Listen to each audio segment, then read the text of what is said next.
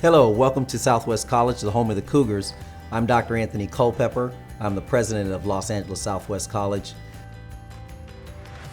This college has been here since the time of the Watts riots. It has served the community for all of those years. It has literally saved lives.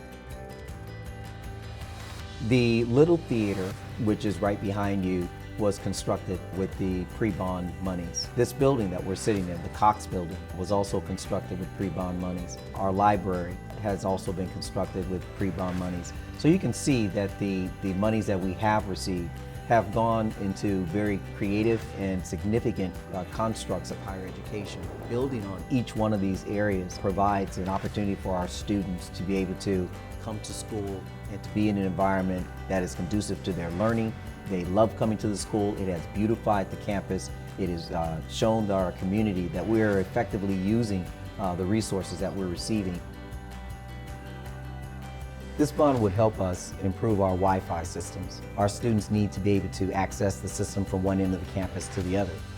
Our faculty are not only teaching in class, they're also teaching online. So our students need to be able to find that quiet space where they can go on campus, take their classrooms, and engage their studies.